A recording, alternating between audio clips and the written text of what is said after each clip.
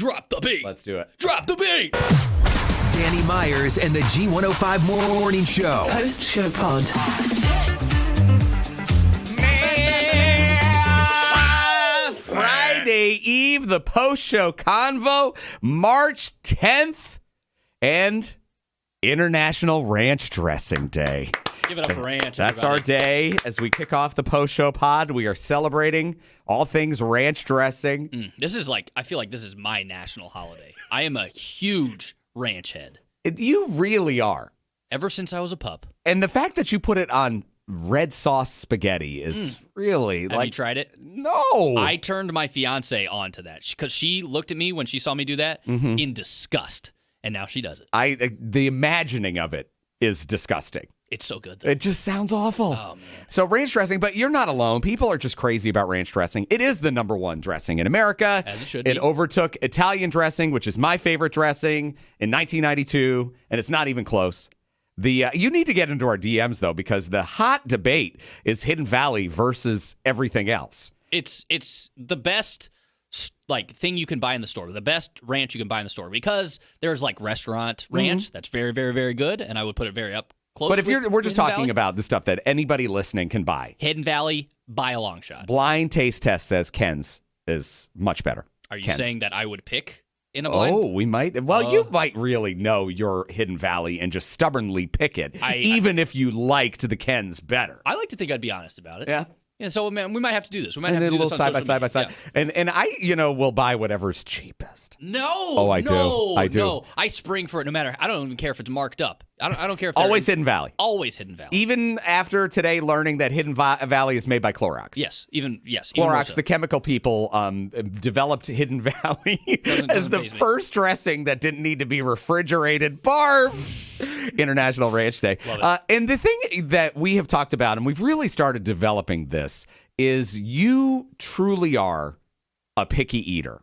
You truly are one of the pickiest eaters I know. As a child, you would only eat two foods, and you did have to go to the hospital, or just I was hospitalized. you were hospitalized because you would only eat Munster cheese and dipped in ranch. ranch dressing. Yeah. Okay, so we do have your fiance Carson in here. Yeah, Carson, this is now I have a new layer of the picky eating after our conversation this weekend, Carson. Oh, yeah? Yeah, because you and I talked for a length of time about Ben dousing all of his food in either ranch dressing, barbecue sauce, or what was the other one? Mayonnaise? Mayonnaise, ketchup, hot sauce. And sauce. literally, if there is a condiment, he is putting it all over his food. It And- doesn't matter what he's eating. It dawned on me that he is no better than he was as a child because all he does now is coat foods that he really doesn't like on their own with one of three substances to coat his taste buds. He's open to three flavors in the world. I don't like what's happening. But listen to this. Listen to the empirical evidence that has been developed that you are standing alone as one of the world's pickiest eaters. I disagree with what's being thrown my way right now. I don't think I'm a picky eater. I just like it better with ranch or better with hot sauce. I'll still eat it no matter what. I'll eat it if it's put You'll in front of me. choke it down. I'll choke it down. I'm not going to turn away. I gotta admit, though, when I'm making a big meal, I put all this time into it. I put a lot of seasonings, and I love my seasonings. And then I serve it to Ben. He's like, "Oh, this tastes good. Let me go dump some ranch." Okay, all right. Where you can't even taste the seasonings. I know. It tastes great. I just think the next level would be if it was doused in ranch. I think it would taste so much better. Next level is he's going to start melting Munster cheese over everything you serve him. Oh gosh, not the Munster cheese. I don't think it's I can't go back to the hospital. All right, so Carson is on with us. And this is fun. I really want to try to involve Carson one day a week. You Sure. really have a lot of depth that you can bring to our podcast, I think. I could really get some insight. I make fun of Ben even more than you guys already are. Yeah, it's all right. I'm already like the guy who gets made fun of. Sure. Well, yeah. we could get Ben out of the hot seat. We could Okay. talk about animals and pet names with Carson, who is a vet tech. Do you know what happened to me yesterday, Carson? What? I was at the vet office, and one of my favorite vet techs there, she wanted to show me pictures of her new dog that she got from the shelter, and the dog's name is Emma. E-M-M-A. Emma. Now, Emma is, I believe, for at least 10 years, maybe 15, the number one human child name for new babies in America. Right. And, Oh, right? Like, this has dawned on me. I'm sorry. So I have a theory that people are naming their pets names they did not name their children, or wanted to name their children and did not. And don't you think You know that what I mean? really sets up for awkward interactions? Yeah, a little bit. But I kind of love the people names for the pets, though, because especially the old people names like Shirley. Oh, my God. Linda. I have met Yeah. a couple of old people, so I love that. Have you said you met a Shirley, which is what kind of a pet was that? Shirley was an old black lab, I believe. She was basically like 10 years old, I think, and it's just perfect. It just fit her so well. She had no teeth. And I loved But it. is it not weird because Oh, Shirley. Carson, your grandmother's name is Shirley? Oh, yeah. So it's That not- Shirley okay. is an old person's name. It's just perfect. It just fits well. And- Sorry, and- Hannah. What was did you say a Linda? Did you really have a pet named Linda? Come in? It was a Glinda. Oh, Glinda. Okay. Galinda. That was a cat. So the thing is, I feel like you can name cats whatever you want. Like, there's some cats, I think there was a cat that came in named Garbage, and that just makes sense. Garbage. And Yeah, you're oddly, just like, yeah, that's right. that is really odd that you know a cat named Garbage. I know a different cat named Garbage. What? I am not kidding you. My friend who didn't want this cat, but the cat just was like a stray and would always eat out of his garbage. So he Okay. named the cat Garbage, and the family ended up adopting the cat and the name Garbage. I know. I think it's great. I love it. I love names like that. Yeah, I love the old, and I was a big, Nelson. My dog's name is Yeah. Nelson. I'm a big supporter of that and have been a part of that. But now the fact that they're naming like trendy names that are in, like on children Yeah. that are present day, that's Yeah. where I think it's getting into a gray area and it's going to start becoming unpleasant fast. Yeah, because you made the comment Right. on the show where it's like it's going to be confusing at the dog park with kids running around, and you're calling for your dog named Emma, and all these kids turn their head, and it's like, who are you calling for? My kid or your dog? And I can see the conflict that'll happen. It gets a little confusing, and to me, it's not very original. Like, put a little more thought. And Originality. so, do you know like what you have in front of you today, Carson, at the vet clinic? I do not know. Every day is a surprise. So, literally, I mean. Keep me going. I think a lot of people think about leaving their jobs because they say they're not living their passion. If they love animals, they want to do Right. what it is that you do. And so, like, would you say it's an adventure? I mean, sometimes it's sad. Sometimes there's euthanasia and stuff, and you don't really know.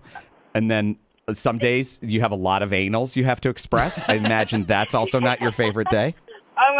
I'm an expert at expressing the anal. For sure. That's how I knew that Carson and I were getting to a new level in our friendship Yeah. because Carson volunteered to express my dog's anals right at the house. Right at the house. I wouldn't think too much of it. I'll do She does it to everybody she comes in contact with. Come here, get your dog's ass over here. I want to express the anal. Nice to meet you. How are your anal glands? Yeah, because I was like, I had to go, to the vet. I had to have this done, blah, blah, blah. Dude, I'll do it at the house. I'm like, you are my new best friend. You are so As long cool. as you have some gloves and some lube, then I'm all for it. I've got both in mass quantities. Thanks to Oh. COVID. Yeah, there Thanks you to go. COVID. There was a lot of alone time, so I have gloves and lube, mass quantities. Now I lost my train of thought. Just Well, yeah, I imagining. think we all did. Before because Yeah, where are we? because pet owners, dog owners specifically, probably know what we're talking about when we're talking about expressing anals. Now, if I have it correct, like most of us, it just does itself, but dogs need a little help getting that sack emptied, right? Is Yes, it? Yes. not all of them. Some of them can express them pretty easily. But yeah, there's a good amount that need some help. Because I had It is not pleasant. Right. I had a dog that did not need help with that. However, she released hers onto a friend sitting on my couch No. wearing a white Angora sweater. That was a Friday not night. The white sweater.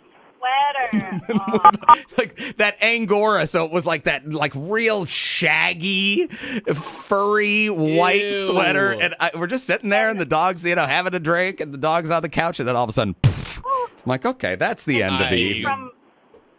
Speaking from experience, that smell is not easily You can't easily get rid of it. It sticks with you. Stays in your nose. It stays in the fabrics of your Angora sweaters. It's funny. There are a few smells in life, like burning hair is another one that you just never forget it. That's like exactly it's a right. very uniquely awful smell. But Carson, Ben's fiance, have you had fun today? Oh, I've had so much fun. Like I have been wanting to do this since I started listening to the podcast. So I would love to keep doing this. This makes my morning drive a lot easier. And definitely, obsessively watch Ben for the next 7 days so you can report back your findings and we can open them up on next Thursday's podcast. I will keep a notebook. You know what? I don't know how I feel about this anymore. I don't think we should keep this going. Love you, Carson. Bye. Love you guys. Love There you. she goes as Ben's fiance. Was that fun? That was fun. Wasn't that fun? I mean, and that's why scared a little before we started recording the podcast today, I was really trying to get Carson on because I knew we needed to open up this ranch dressing discussion because it is hurtful. It is affecting your relationship. I knew that was a thing that I needed to kind of rein in on. So I her being on this podcast, maybe you know what? No, I'm not going to lie. Not today. I'm going to continue Today dumping is your ranch day, all buddy. over my food. So sorry, it is ranch dressing day. That's I know. right. And how bad are we at being morning radio hosts that we didn't have anything ranch dressing related on the show today? Yeah. Like why we didn't do this taste test deal? I learned about it late last night from you, and I was like, damn. This should be on my calendar every year. The same with Carson's birthday, my anniversary, National Ranch Day. But yeah, the side by side, because I feel like I also could identify Hidden Valley, Ken's, and Kraft. Mm-hmm. I think they're different. They're all kind of good in their own way, is my opinion. But nothing beats I would say probably Hidden Valley is the best. the HV. Though I don't know. I think that Ken's may win. I don't know. I'm not saying it's bad, but it doesn't come close to the Hidden Valley. I think out of the three, Kraft is the worst, and it's the one I buy the most because it's the cheapest. Yeah. No, you got to spring. You got to spend the extra $1.50 for the Hidden Valley. And you listening to us, I also buy the Kraft because Ben and Ashley from the radio show eat so much ranch dressing, so like the obscene amounts of ranch dressing they go through. So in order to have it ready at my house when they visit, I have to buy the cheapest because I always have like 3 waiting to go. Yeah, because you guys go through it. We go through it. Our house sees several bottles of Ranch Valley a month. Hidden Valley Ranch a month. Do you need to go fill your car with the gas machine? Yeah, please, if you don't mind, I think we should wrap this up. I know. It's always at this point that we just need to end the post-show pod, and we will meet you back here. And we don't do a Friday. It's the day we take off. Monday. It's the day of rest. So we'll be back Monday. See you then. Bye. Danny Myers and the G105 Morning Show. Post Show Pod.